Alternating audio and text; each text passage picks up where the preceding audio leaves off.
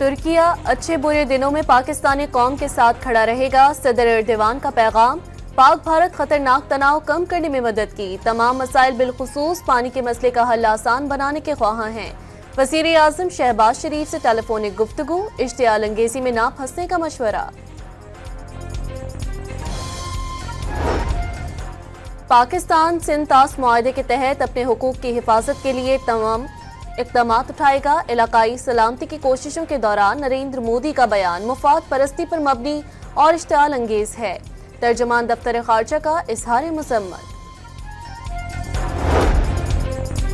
कोई गलत फहमी में ना रहे, दिफा मजबूत हाथों में है। गवर्नर सिंध कामरान टेसूरी का इंतबाह, भारतीय जारहियत का मुंह तोड़ जवाब देने पर पाक फौज को खराज तहसीन।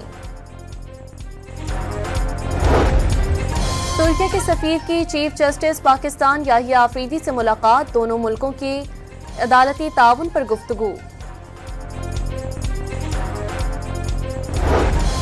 और कराची में कुर्बानी के लिए खरीदे गए जानवरों की छीना झपटी, लियाकताबाद में कार सवारों ने ट्रक रोककर ड्राइवर को अपनी गाड़ी में बिठाया, खुद 6 लाख मालियत के 3 जानवर ट्रक समेत ले उड़े।